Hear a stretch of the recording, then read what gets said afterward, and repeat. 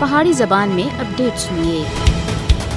غیر قانونی طور دے اتنے بھارت تے زیر قبضہ جموں کشمیر وچ بھارتی فوجیاں دے ہاتھوں کشمیریاں دا ماورائے عدالت قتل بلا روک ٹوک جاری ہے۔ حال ہی وچ بھارتی صفاق فوجیاں سن پلوامہ دے علاقے اونتی پورہ وچ ایک اور کشمیری نوجوان کو ماورائے عدالت شہید کر کے دا ہے۔ اس سے پہلے شپیاں وچ 3 کشمیریوں کو ایک جعلی مقابلے وچ شہید کیتا سا۔ بھارتی فوجیاں سن نومبر دے مہینے وچ 20 کشمیریوں کو شہید کیتا ہے، جبکہ 1989 تے ہن تک 95,920 تے زیادہ کشمیریوں کو گولیاں دا نشانہ بنایا گیا ہے۔ بھارتی بربریت کی وجہ تھی مقبوضہ علاقے میں عوام دا خون ڈول رہا ہے اور armed force special power act سمیت دوے قوانین کی وجہ تھی بھارتی فوجیوں کو نہتے کشمیریوں دے قتل دی کھلم کھلی چھوٹ دیتی گئی ہے۔ بھارتی مظالم سن مقبوضہ علاقے کو ایک جہنم وچ تبدیل کر کے دا ہے۔ فسطائی بھارتی حکومت کی طرف سے 5 اگست 2019 تھی نافذ کردہ فوجی معاشرے تھی علاقے دے بسکینہ دی زندگی اور زیادہ تنگ اور دردناک ہو چکی ہیں۔ بھارتی فوجیاں سن اس عرصے دے دوران کڑیاں سمیت درجنہ کشمیریوں کو